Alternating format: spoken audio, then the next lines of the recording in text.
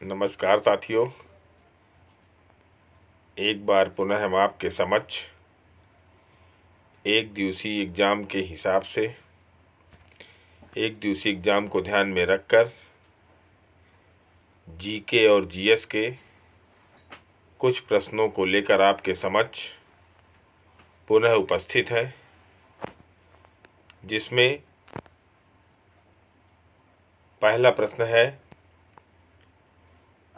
इस अधिनियम में कौन से प्रावधान के अधीन सेवा प्रदाता के रूप में राज्य सरकार के साथ पंजीकरण कराया जा सकता है? इसका सही उत्तर है धारा 10। अगला प्रश्न है, भारतीय संविधान में मूल कर्तव्य किस देश के संविधान से लिया गया है? तो इसका सही उत्तर है सोवियत संघ। वैसे भी भारतीय संविधान को उधार का थैला कहा जाता है।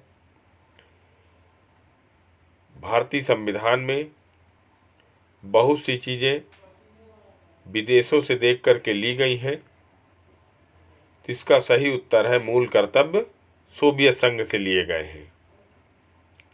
अगला प्रश्न है, घरेलू हिंसा में महिलाओं का संरक्षण अधिनियम 2005 की कौन सी धारा के अंतर्गत घरेलू हिंसा को परिभाषित किया गया है? तो इसका सही उत्तर है धारा 3।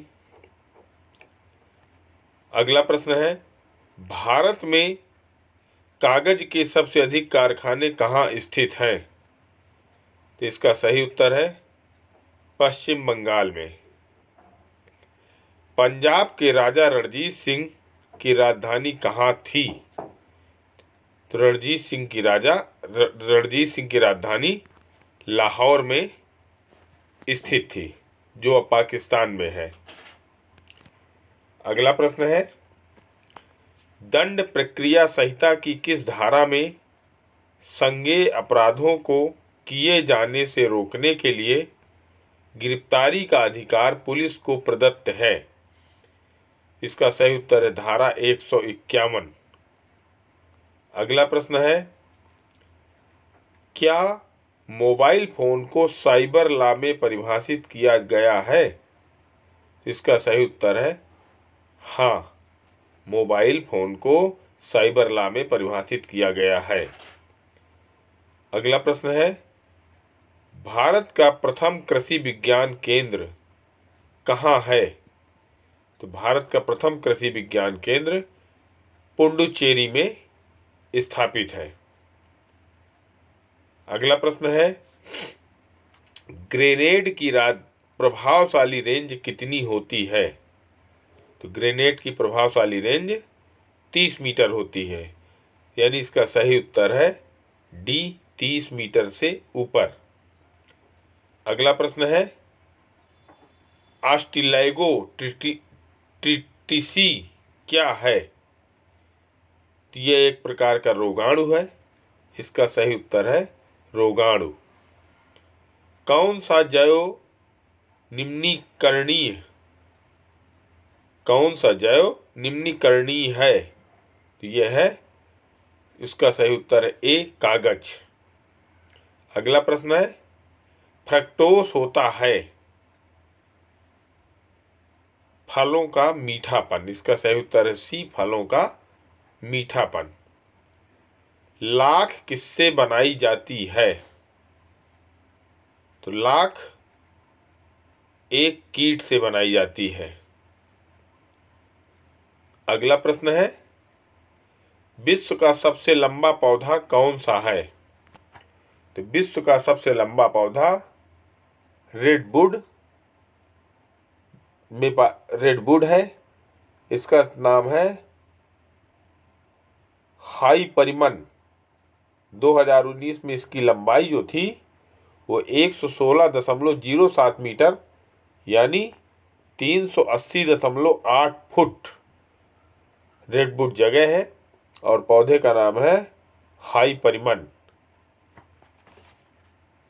अगला प्रश्न है, कितने वर्ष के बालक अथवा बालिका को साक्षी होने की दशा में विवेचना के दौरान कथन उनके निवास स्थान पर होना चाहिए? तो इसका सही उत्तर है 15 वर्ष। अगला प्रश्न है, एक्सोबायोलॉजी के अंतर्गत किसका अध्ययन किया जाता है?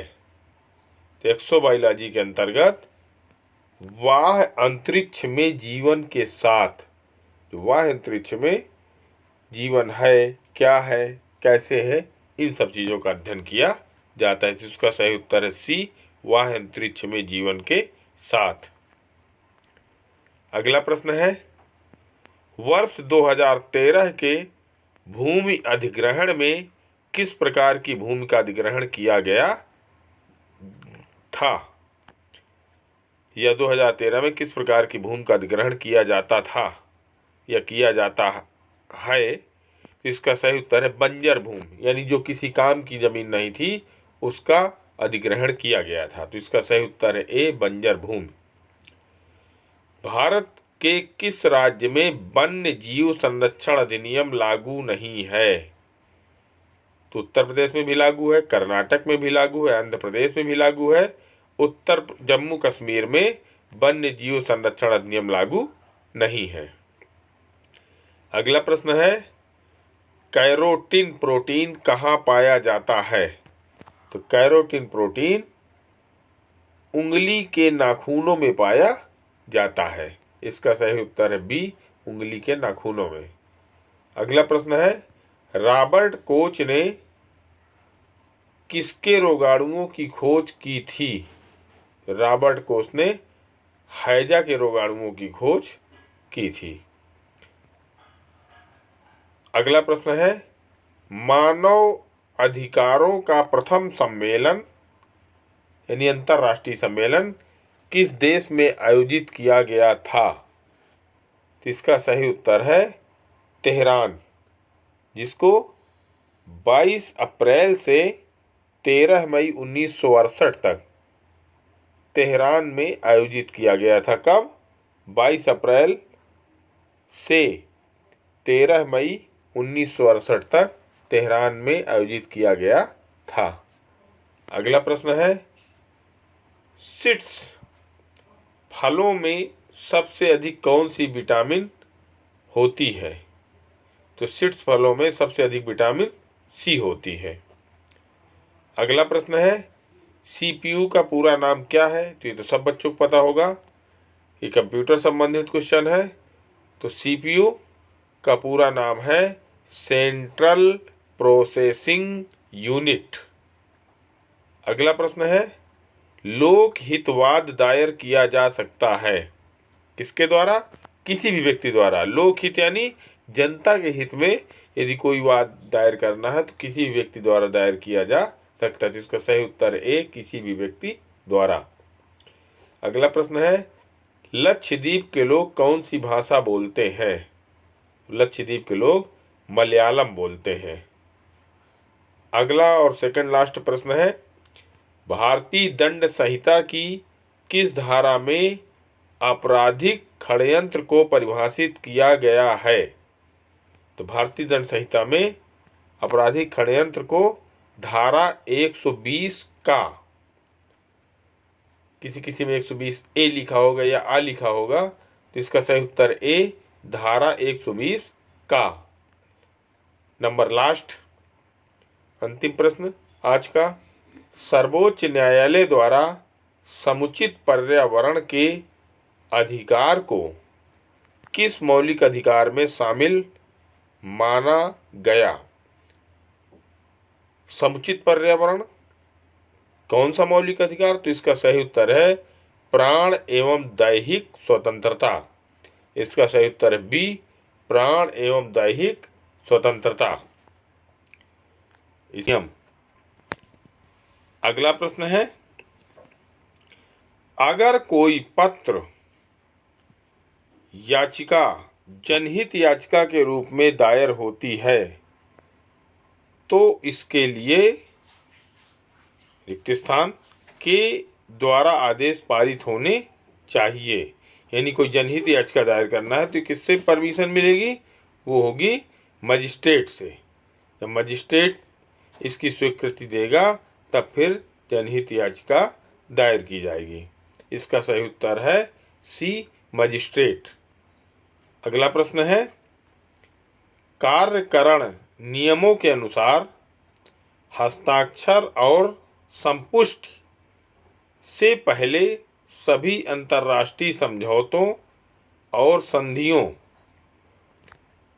कोष्ठक में सिवाय उनके जिन्हें विनिर्दिष्ट रूप से छूट प्राप्त है को रिक्त स्थान की आवश्यकता होती है। यानी हस्ताक्षर संपुष्टि से पहले अंतर्राष्ट्रीय समझौते संधियों को किससे मान्यता लेनी पड़ती है? तो यह मंत्रिमंडल का अनुमोदन होना जरूरी है।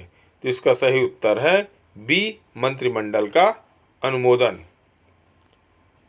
और आज का अंतिम प्रश्न है, निम्नलिखित में से कौन सी सही है? इसका जो उत्तर है ए। ए क्या कहता है? ए कहता है अखिल भारतीय सेवाओं के सदस्यों का चयन एवं प्रशिक्षण केंद्र सरकार करती है। जो केंद्र की सेवाएं होती हैं, केंद्रीय सेवाएं होती हैं, जैसे IAS, IPS, IFS, तो अखिल भारतीय सेवाओं के सदस्यों का चयन एवं प्रशिक्षण कौन करती है? केंद्र सरकार। ये भी सही है। बी नंबर क्या कहता है? लोक सेवक भारत सरकार के कर्मचारी हैं तथा सरकार के समस्त कर्मचारी लोक सेवक हैं। ये भी सही है। तो इसका सही उत्तर है ए। ए में क्या है? ए और बी दोनों। बहुत बहुत धन्यवाद मित्रों। आप हमें लाइक करें, सब्सक्राइब करें, शेयर करें, हमारा मनोबल बढ़ाएं, जिससे हम आपको इसी तरह के नए नए प्रश्न ढूंढ करके उत्तर सहित लाते रहें। आपको बहुत बहुत धन्यवाद। Thank you.